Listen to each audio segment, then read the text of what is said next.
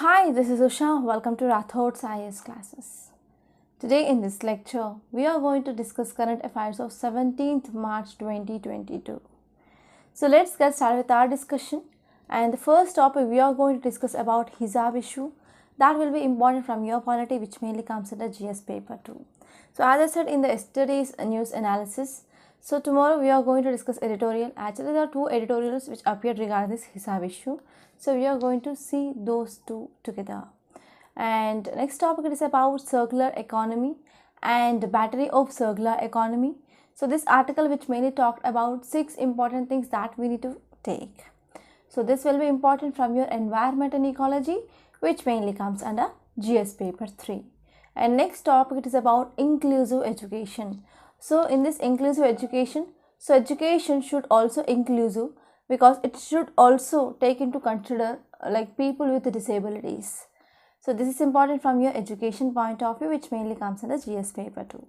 And next topic it is about sealed cover jurisprudence. So you need to know about what is a sealed cover jurisprudence. So this will be important from your polity point of view. And next topic it is regarding, so already you know that Russia which mainly offered some offer regarding this oil, right?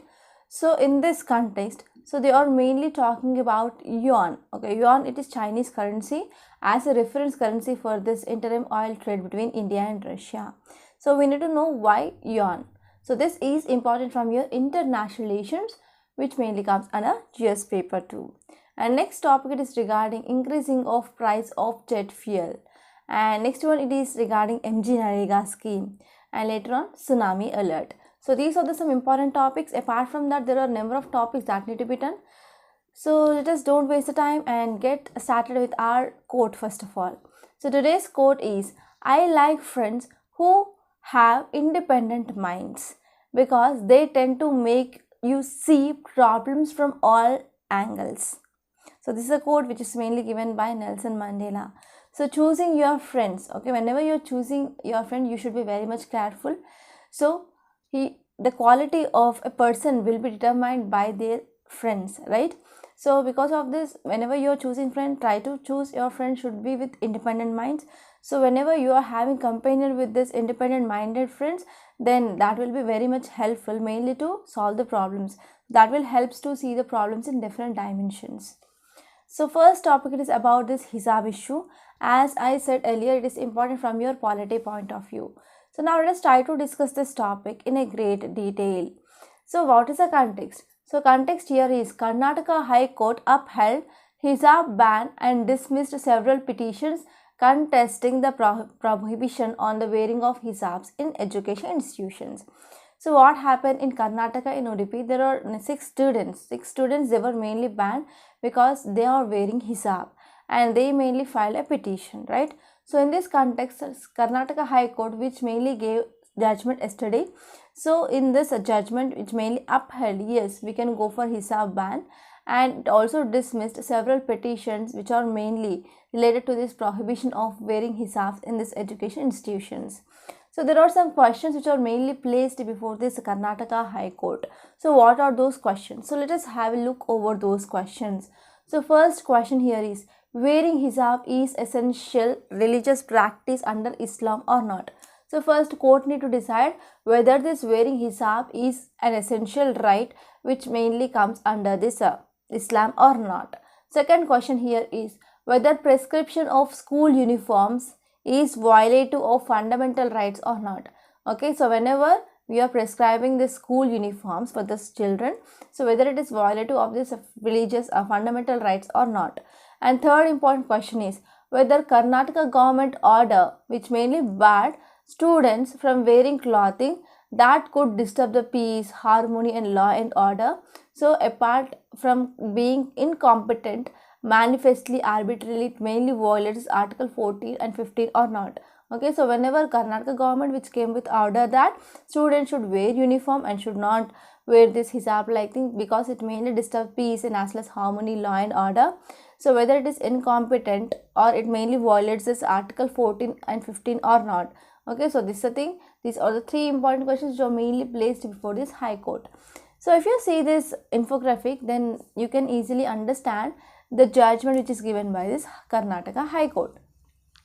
So for the first question, whether it mainly comes under this essential religious practice or not. So court said wearing of hijab, it is not an essential religious practice. So it can hardly be argued that hijab being a matter of attire, okay, it is mainly the matter of attire, it will not come under essential religious practice. Okay, so it can be justifiably treated as fundamental to Islamic faith. It is not that if the alleged practice of wearing hijab, it is not adhered to. Okay, those not wearing hijab become sinners. So Islam loses its glory and it ceases to be a religion. So here court said that it is not an essential practice.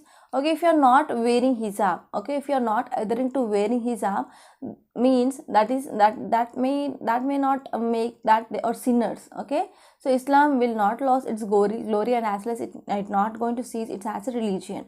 So this is the first question answer. And next one is government order on uniform doesn't violate these fundamental rights. So all rights have viewed in the contextual conditions. So schools are qualified as public places, right? So very in nature, the important responsibility of school is to remove and to maintain equality, right? So there should be no discrimination in the schools. So because of this, we can see uniform will be maintained in schools actually, right? So even though you are rich, even though you are coming from the poor family, so all need to wear same uniform such that there is no discrimination, right? Okay, so in this way here, whenever prescribing school uniform by the government, then it mainly comes under reasonable restrictions. So here it will not violate its fundamental rights. And uniform mainly promotes harmony and common brotherhood. Okay, school uniform, whenever the school uniform which mainly ceases to be uniform, that would mainly establish a sense of social separateness and which is not desirable. So the accommodation which the petitioners seek cannot be said to be reasonable. So what is it? Whenever any school which mainly stops uniform means, so poor people they will be wearing a very some type of clothes, and rich people they will be wearing grand clothes. So because of this, what happens? Social separateness which we can see in the schools if we are going for the stopping of this uniform. So it is not at all desirable. Okay, so here uniform in the schools which mainly promotes harmony and common brotherhood. Okay, so this is about the judgment which is given by Karnataka High Court. So the wearing of hijab, that is headscarf, by Muslim women does not form an essential part of religious practices in Islamic faith. Okay, and even it is not protected under the right to freedom of religion.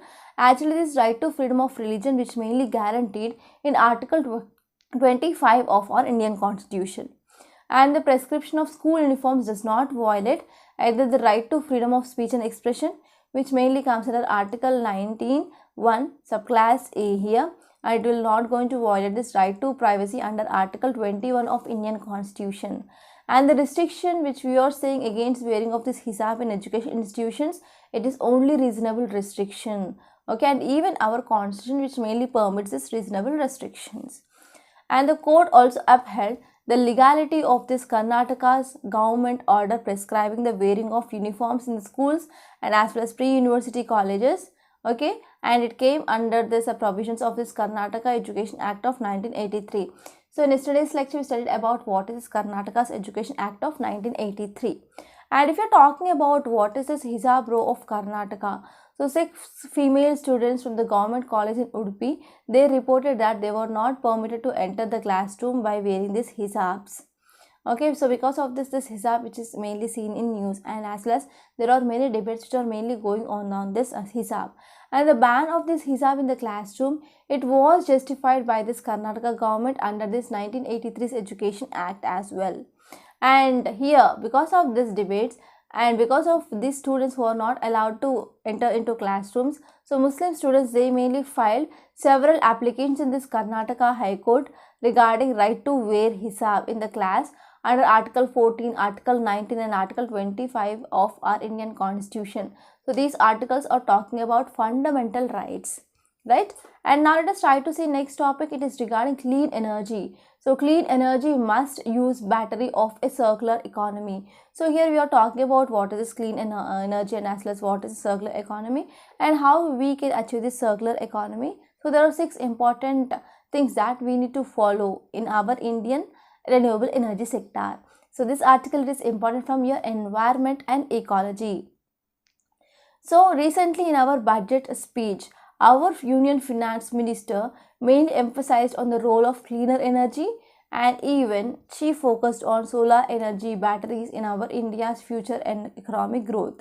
Okay, so whenever we are focusing on this cleaner energy like solar energy batteries, so in future the wastage will also be seen. So this wastage that is coming from this renewable source of energy, that need to be recycled, and we need to move towards a circular economy. So this is a thing which mainly said by our Union Finance Minister in her budget speech. And if you're talking about market estimates regarding this waste that is going to be generated, so there is a call for creation of the circular economy. Circular economy is nothing but we are mainly focusing on recycling of those waste products. Okay, so here if you're talking about the circular economy, it is very much significant because the efficient waste management ecosystem that would be very much necessary to manage enormous waste which may be generated by the renewable energy products in the coming decades. So whatever the renewable energy products that we are coming up, because whenever we want to achieve our goal of carbon neutrality by 2070, we need to focus on these renewable energy sources. So whenever we are depending on these renewable energy sources, so we need to focus on even efficient waste management ecosystem as well.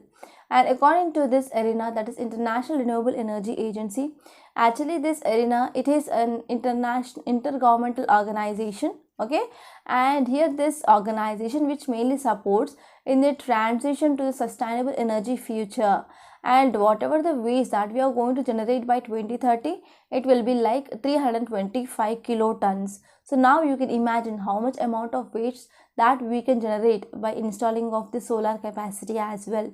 So because of this, here there is a need of recycling of this 325 kilotons of waste that we are going to generate by 2030. So apart from that, JMK Research and Analytics, which mainly estimated that market battery recycling will be around 23 gigawatt hours. And even study by the CEEW, that mainly stands for Council for Energy, Environment and Water, which mainly estimated that India would need over 5,630 gigawatts of solar and 1,792 gigawatts of wind energy to achieve its net zero target in year 2070. Okay, so even the number of studies like ARENA, JMK Research and Analytics, they are saying that we are going to generate huge amount of this waste here. And even CEW is also saying that India would need over 5,630 gigawatts of solar and 1,792 gigawatts of wind energy, mainly to achieve our target of carbon neutrality by 2070. Okay, and in this context we need to focus on waste management, waste recycling ecosystem as well. So whenever we are focusing on this waste management and as well as recycling, that will also reduce environmental impact, and even that will going to generate some millions of jobs, and even that will provide energy security of our country. So in this context, to achieve all this, we need to follow the 3 steps to nurture this circular economy. Okay, so the first one here is, what are the policy makers who are there? So those policy makers, they should revise already existing electronic waste management rules. Okay, and we need to bring various clean energy components under this ambit of this electronic waste management rules, and these rules should be based on extended producer responsibility. So extended producer responsibility means, for example, I have a company. Okay, I am going to explain what is this concept of this EPR, that is extended producer responsibility. For example, I have a biscuit company. So I am mainly producing some chocolate biscuits, right? And in this biscuits, to pack them, I will be having my company cover and my company color cover with the name, with the description, everything will be there, right? So for example, I am selling 100 biscuits a day. Okay, so for example, I am selling this 100 biscuits for nearby 10 villages. So I have to collect those papers, okay, those plastic covers which are mainly used for packaging of these biscuits, that is called as extended producer responsibility. So it is a responsibility of me who is producing those covers or those plastic covers, and I have to collect them, and it is my responsibility for recycling and management of that waste. Okay, so here whatever the rules regarding this electronic waste management rules are there, they should be based on even extended producer responsibility, right? And second one is we need to focus on dumping and the burning of different components should be banned. So actually you know that dumping, it is a very easy thing. So even whatever the waste that we are generating in our house, for example kitchen waste or so and so waste, dry waste and as well as wet waste, that will be collected by municipality people and they will be dumping in dumping yards or dumping sites. So here if you are talking about this electric things, or if you are talking about this infrastructure, so whenever there is a dumping and as well as burning is happening, that will be having serious effects here. So whenever there is absence of any regulation, so land filling, it is one of the cheapest and as well as the most common practice to manage this renewable energy waste.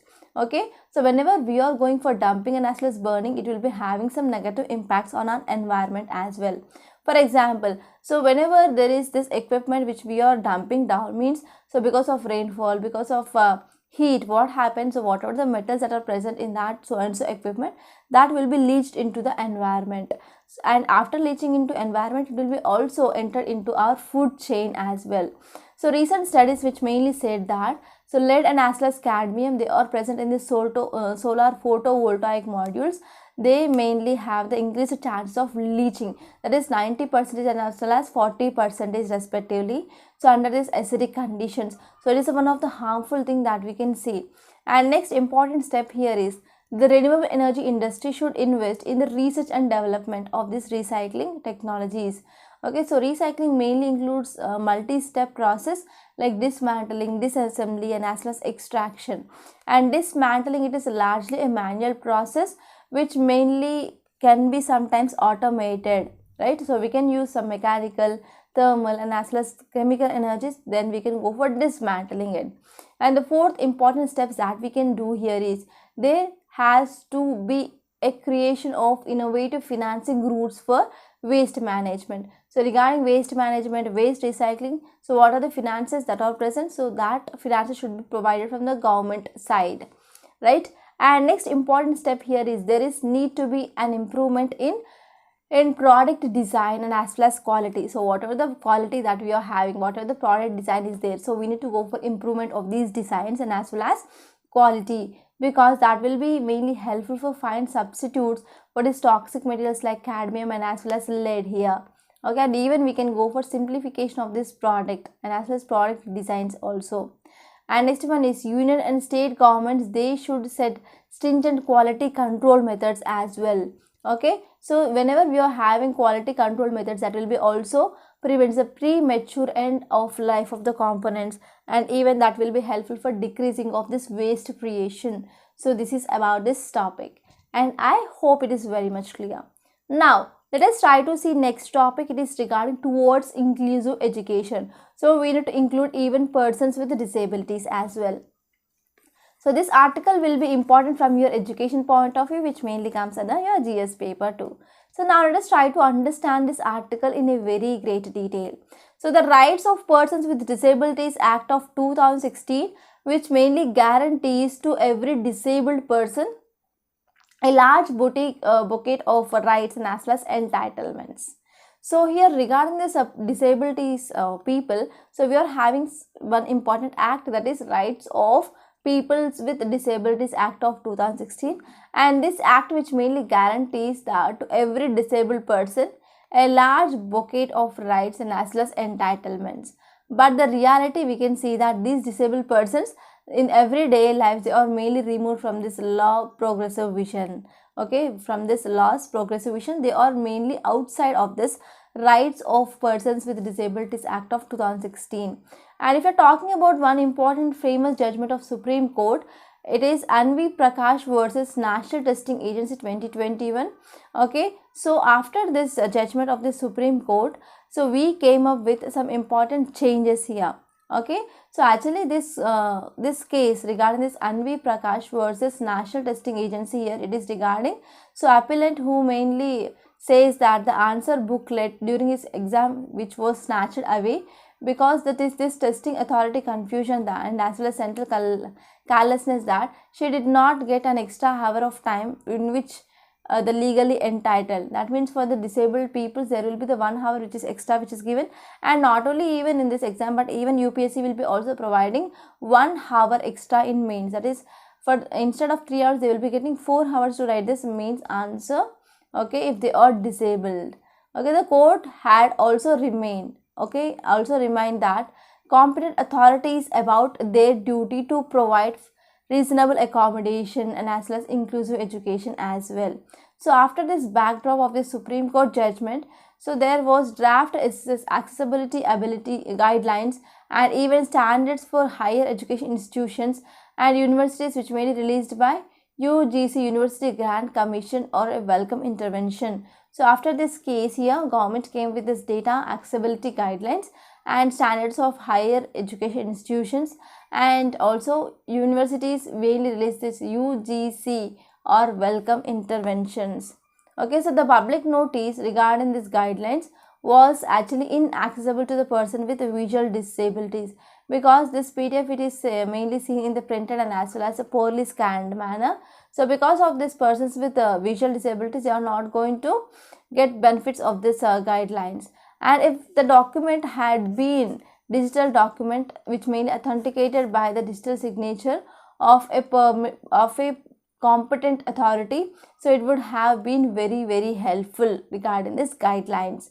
So the same problem which has seen later in this later in year in this public notice which may be released by Union Home Ministry with respect to the guidelines on creating disabled friendly infrastructure, and even guidelines which are released by the Civil Aviation Ministry, especially for making air travel which is a more disabled friendly as well.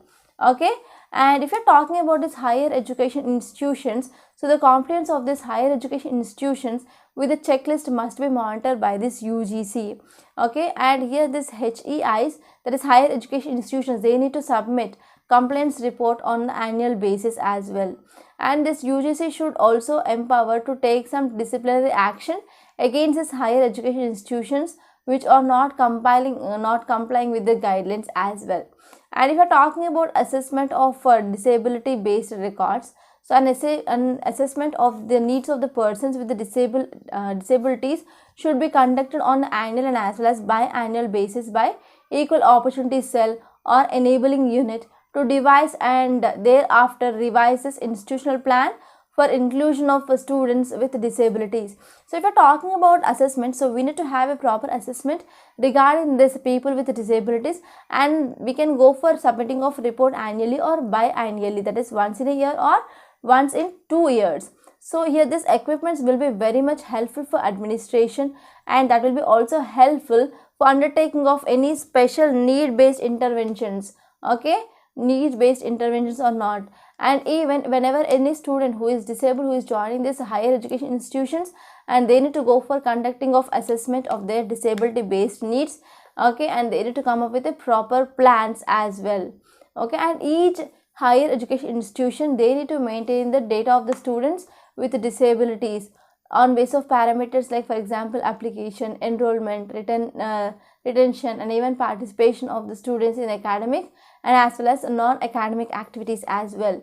And finally, if you're talking about these guidelines, they should provide a redressal mechanism along on the lines of this Rights of Person with Disabilities Act of 2017. Okay, and apart from that, the mechanism may be restored to by this aggrieved persons with disabilities in case the concerned higher education institutions does not implement or violates this UGC guidelines. Okay, so mechanism may be resorted, and even these aggrieved persons with disabilities, they are having some cause of concerns. Okay, so this to be addressed. Okay, so this is about this topic. And now let us try to see next topic. Title says the curious case of sealed cover jurisprudence. So here you need to know about this word, what is a sealed cover jurisprudence, and in earlier cases, in which cases here court used this sealed cover jurisprudence. So this article, it is important from your GS paper to under polity point of view. So now let us try to see this topic in a very great detail. So here why it is in news? Because while hearing a criminal appeal against this Bihar government on Tuesday, here CJI, who is our present CJI, that is N.V. Ramana sir. So N.V. Ramana admonished a counsel for submitting sealed cover report to the court, and in this context CJI mainly asked the counsel that not to submit the report in a sealed cover. We are not going to accept if you are submitting details in this sealed cover. Okay, so here what happened, not only this, even Chandrachud, while hearing government imposed ban on Media One channel. So yesterday's lecture also we studied about this Media One channel. It is a Kerala channel, so which mainly lost some license from the Ministry of Home Affairs, right? So in this case also center had submitted relevant files in the court in a sealed cover. Okay, so these are the two incidents we can see. Center which is mainly submitting this information in a sealed cover. So now we need to understand what is this sealed cover jurisprudence. So this sealed cover jurisprudence, it is a practice which mainly used by Supreme Court, and even sometimes lower courts will also use this sealed cover jurisprudence. So under this sealed cover jurisprudence, your court will be asking for information that can be given by these government agencies in a sealed envelope covers, and this information will be assessed by judges. Okay, and from where Supreme Court get this power to order for this sealed cover jurisprudence? So especially we are having Indian Evidence Act of 1872, and under this Indian Evidence Act, so we have section 123, and even rule 7 of Supreme Court rules can also have this power to make Supreme Court to ask evidence in this sealed cover. Okay, so these sections which mainly stated that the CJ, that is Chief Justice or court, which mainly directs certain information to be kept under sealed cover, which mainly consider it is a very secret or confidential in nature, then no party will be allowed to access the contents of such information. Only Chief Justice, he himself, he have the access to that information, and if opposite party which is mainly asked for the information means, so the opposite party will be also allowed to access this information, and there is no publicizing of information, that is mainly seen under this sealed cover jurisprudence. So under this Indian Evidence Act, so official unpublished documents which are related to state affairs which are mainly protected. Okay, and a public officer cannot be compelled to disclose such documents. So because of this, so that such information will be given in a sealed cover. And when this type of sealed cover jurisprudence which mainly used in the past, so first one here is in the famous and the prominent cases in this regarding CJI of India, that is Ranjan Gogoi. Okay, so documents are examined in a sealed cover, and apart from that, even in the Rafale fighter jet case as well, so the information which is mainly dealt with this sealed cover, and even regarding this National Register of Citizens in Assam as well. So in other cases, for example, per se in 2014 BCCI reforms case, Bhima Koregaon case. Okay, so under this Bhima Koregaon, activists, they were arrested under this UAPA, that is Unlawful Activities Prevention Act. And next one here is Gautam Navlekha case, activist, who is an activist. Okay, so in this Gautam Navlekha case also, police mainly submitted this information in a sealed envelope. And even 2G coal scams case, Ram Janmabhoomi case. So in all these cases here, the evidence which is mainly submitted in a sealed cover. So what is the criticism? Criticism, it is so critics mainly says that, so it is not favorable to the principles of transparency and accountability of Indian justice system. Okay, so as we all know that justice system should be open, right? So in this open court, whenever the evidence which is given in the sealed cover and it is not disclosing the information, means it is mainly affecting the principles of transparency and as well as accountability. Okay, so this is about this topic. And now let us try to talk about next topic. It is regarding currency of China, that is yuan. Okay, in times of war, the yuan as a reference currency for interim oil trade. So now let us try to understand this topic in a very great detail. So if you are talking about what is the context, so as you all know, India and Russia, they are mainly going to consider the use of Chinese yuan as a reference currency to facilitate oil trade between the two countries. So recently Russia, which mainly offered some discount for this oil trade for India, right?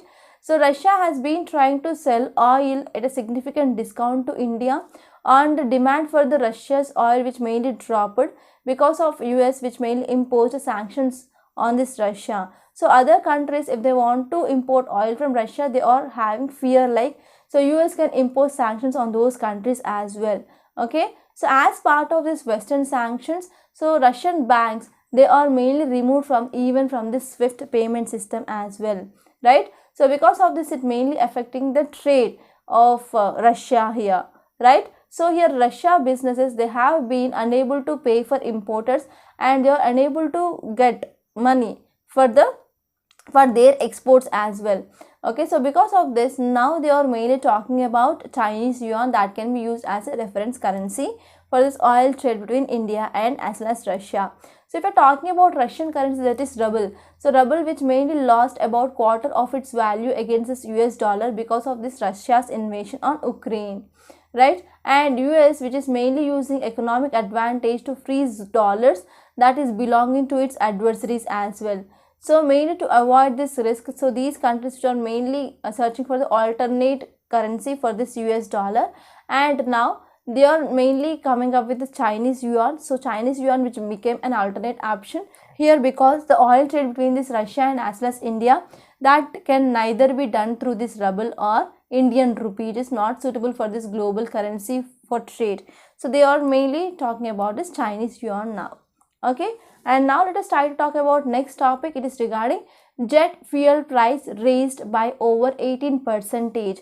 So this article, it is important from your economy, which mainly comes under GS paper 3.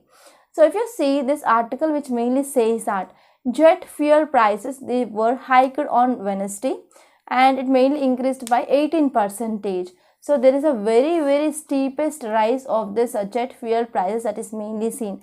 Already you know that recently we are talking about lifting of this international ban, and we are going to start our international flights from March 27th. So in this context, whenever this aviation turbine fuel and jet fuel, it is increasing, so it will be having some negative impact on this aviation sector. So in this context, government need to bring this aviation turbine fuel under this GST, right? And it will be very much helpful for making of this oil, which will be affordable for consumers, and even that will be viable for even airlines as well. And next topic is regarding MGNREGS scheme. So this article, it is important from your governance point of view. So context says that under this MGNREGS scheme, fake job cards and widespread corruption, late uploading of this muster rolls, that means the people who attended the jobs, and there is huge pending of payments for the wages, for wages and even for the materials. There are some issues which are mainly seen in this MGNREGA. So MGNREGA stands for Mahatma Gandhi National Rural Employment Guarantee Act scheme. So here some important problems that are facing by this MGNREGA is insufficient funds, okay, according to this Parliamentary Standing Committee report. So if you see details, it mainly says that genuine laborers are not getting their dues, okay, while money which mainly keeping changing the hands due to some elements surrounding the implementation of this scheme at a ground level. So genuine laborers are not getting their dues. And next one is, so here the roles which are not updated on day to day. So here because of late uploaded, or they are not uploading the details in the separate time. So what happened, it is mainly causing the loss of payment for these workers as well. So as you all know, this MGNREGA, which is a demand driven scheme for the marginalized, it was defeated when pending wages are amounted to like rupees 4060 crore, and pending amount for the material, it is like 9000 rupees crore. But here in this year the budget is very low, that is about 78,000 crore here. Okay, so because of this, it is one of cause of concern. So there is increasing of wages, increasing of demand, and increasing of delays of payment for the material is seen, but on one side there is decreasing of allotment for this scheme. So if we're talking about some facts regarding this MGNREGA, that is Mahatma Gandhi National Rural Employment Guarantee Act, it is also known as National Rural Employment Guarantee Act. So actually this act, which mainly passed in year 2005, and it mainly focusing on employment generation and as well as social security in the country.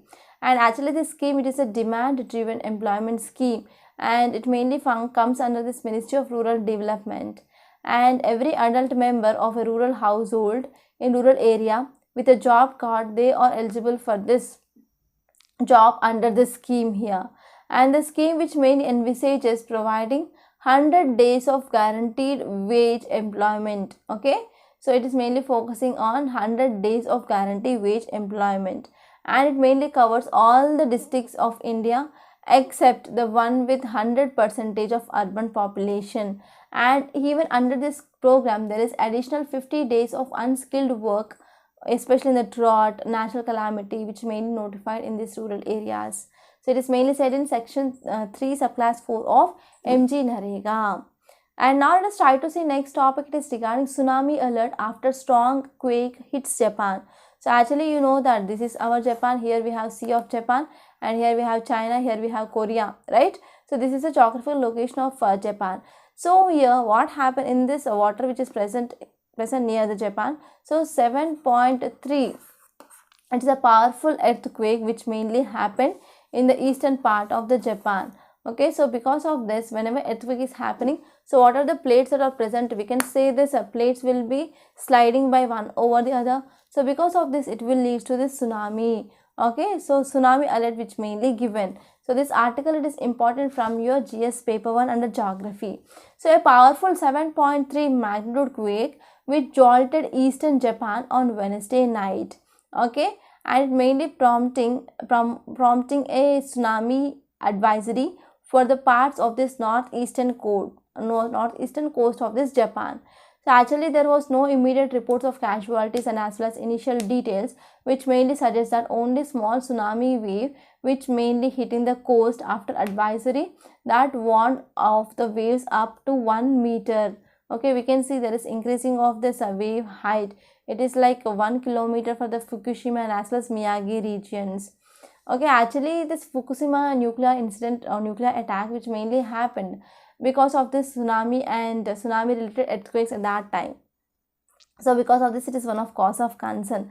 So if we're talking about some facts regarding this tsunami, so a classic tsunami wave which mainly occurs when tectonic plates beneath the ocean slip during the earthquake. So whenever the earthquake is happening, so whenever the plates are sliding over each other or slipping of this plate is happening, that will lead to this tsunami like waves. Okay, so then what happened? The energy, so these waves that will be transmitted into this horizontal energy across the oceanic surface.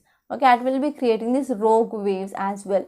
So what happens? So whenever there is earthquake which happened here, for example, so what happened, that will be leading to the transmission of energy, and the tsunami waves will come and the wave height will be increased, and it mainly runs up on this coast.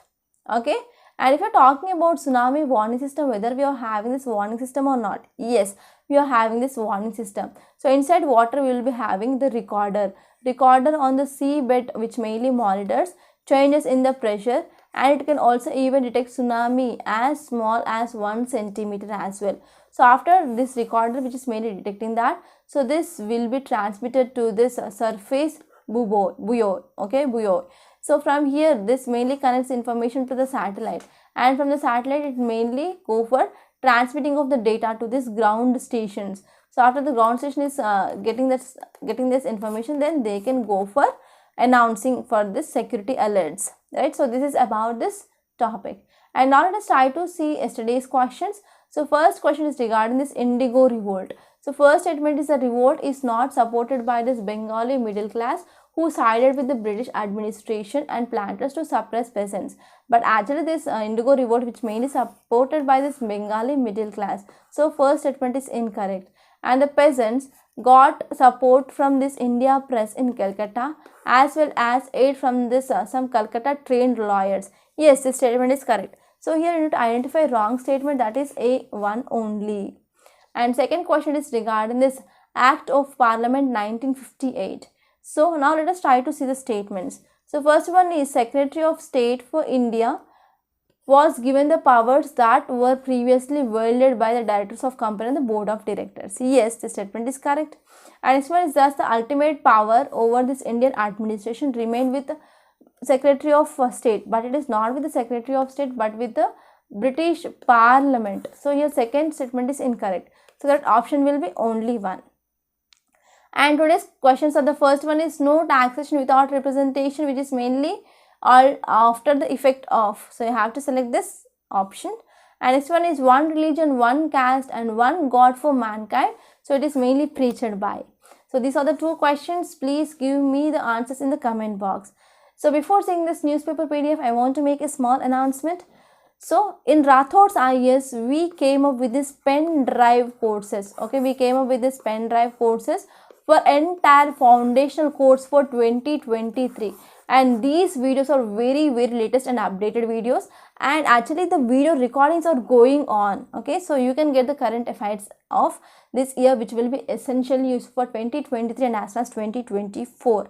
So we are discussing each and every topic in detail along with previous year's prelims questions and as well as mains questions from that topic as well. So in this way, this course, it is absolutely beneficial, especially for beginners and as well as the people who already gave your attempts. So because we need to follow the trends of UPSC. So UPSC is not at all asking the static based questions or fact based questions. It mainly asking some analysis based questions. To answer those questions, you need to focus on conceptual clarity that we are providing in this lectures that we are providing. So if you want to see the demo videos, you can visit our website Rathod's IAS Academy. There you have to register with your email ID. Then you can watch 3 demo videos in each and every module. Okay, so if you have any doubts regarding these courses and if you want to enroll these courses, please call me on this number 8074765513. You can believe us, right? And details of this course are given in description box. You can visit our website.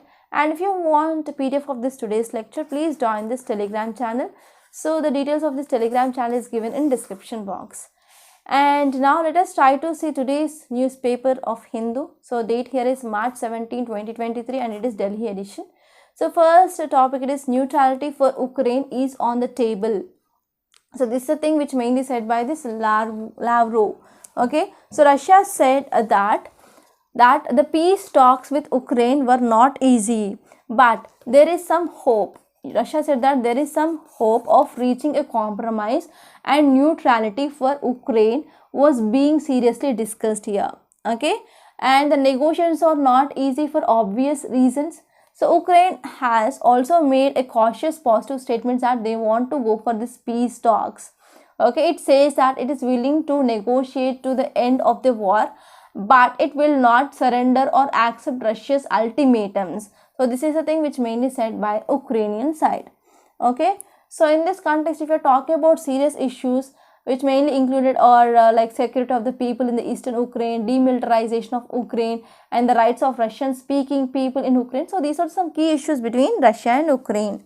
And here at the top you can see one article, that is government restores e-tourist visa for 156 countries. So why it is in news? Our government is going to resume this international flights from this March 27th onwards. So here, because of this center which is going to restore electronic tourism tourist visa, that is ETV facility for 156 countries. So this is a thing which mainly said by our Union Home Ministry. And next topic is about patent rights on COVID-19 jobs may be waived. So here in science and technology and even in your economy, you will be having this patent rights. So it is also comes under topic called as IPR, intellectual property rights. And this topic is very important. So whenever this patent rights on this COVID-19 vaccine will be removed under this WTO means, it will be helpful for pharmaceutical companies and as well as developing countries. They can go for manufacturing and that will be helpful for export of these vaccines as well. So this is about this topic. And next topic is regarding jet fuel. I already discussed. So please leave this second paper, third paper and even fourth paper today. And fifth also. And if you see this sixth, we came to this editorial page and I discussed these topics which are regarding hijab. And in the 7th, that is op-ed page, I discussed about this inclusive education. And there is one article regarding United Nations votes are not black and white. So recently India, which mainly abstained from this resolution which mainly passed by USA in this United Nations Security Council. So because of this, you need to know about voting procedure in this United Nations. So you can easily understand this article. And if you go to this next, that is text and context, already we discussed about this yuan, right? And we discussed about this sealed cover jurisprudence as well, right? And if you come to this news page, so you can see the top article, India and China in talks over Foreign Minister Wang Yi's visit. So what happened? We are going to have the next level of rounds. So actually here China State Council and Foreign Minister Wang Yi, they could visit India later this month. So in this context, you are going to talk about this LAC issue. Okay, so this is about this topic. And this one is Supreme Court, which mainly backs Center's OROP scheme, that is one rank one pension scheme. So you have to refer what is this one rank one pension scheme. And regarding MGNREGS, I discussed. And next one is Hewlett Foundation on FCRA watch list. So now recently Union Home Ministry, which mainly placed this US based Hewlett Foundation on its watch list, okay, following an investigation that these foreign contributions it sent were being used for climate awareness campaigns. So this Hewlett Foundation, which is mainly focusing on this climate awareness campaign. So an activists who are not coming under this FCRA, that is Foreign Contribution Regulation Act. So again here this once again this FCRA is in use. So you have to revise that FCRA. And if you come forward to this newspaper, page number 12, you can see electric vehicle sales will rise 10 times by 2022 end. Okay, so this is a thing which mainly said by our Union Road Transport and Highways Minister. He said that we are going for adopting of alternative fuels and we are focusing on these electric vehicles. So by 2022, we are going to see there might be increasing of this sales by 2022. And he also talked about benefits of hydrogen, that is green hydrogen. So you can read this article. And next topic is regarding 6 Chinese, they got Indian citizenship since 2007. So you have to open your Lakshmikant book and you have to refer the citizenship chapter. And you have to know ways for the acquisition of this Indian citizenship. How many ways are present for the acquisition of Indian citizenship, that you have to remember. And recently about 16 Chinese nationals, they have been granted Indian citizenship since 2007, and there are furthermore applications, they are in pending. Okay, so you can see this article. And next article, it is regarding Zelensky request no-fly zone security aid in Congress speech. So already we discussed about this no-fly zone, I think 3 days ago. So please refer that topic. And if you move further, you can see Israel record 2 cases of new COVID-19 variant.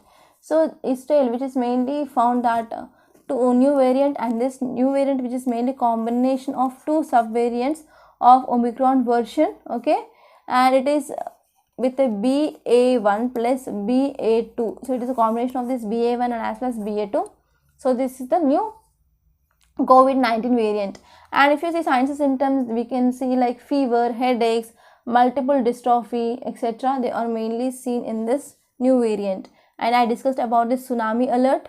And if you move on to business page, there is one article like stress for banks likely on this Russia-Ukraine crisis, says Standard & Poor. So this Standard & Poor, it is one of the rating agency, right? So this rating agency says that due to this ongoing Russia-Ukraine crisis, which will lead to higher inflation, and because of higher inflation, that will lead to increasing of stress for borrowers, and it will be having some negative impact on the Indian bank system. So this is about this topic. Okay, so these are some important articles that appeared in today's newspaper. I hope you enjoyed this lecture. Please subscribe to Rathod's IAS Academy and don't forget to like, share and comment my videos. Thank you so much.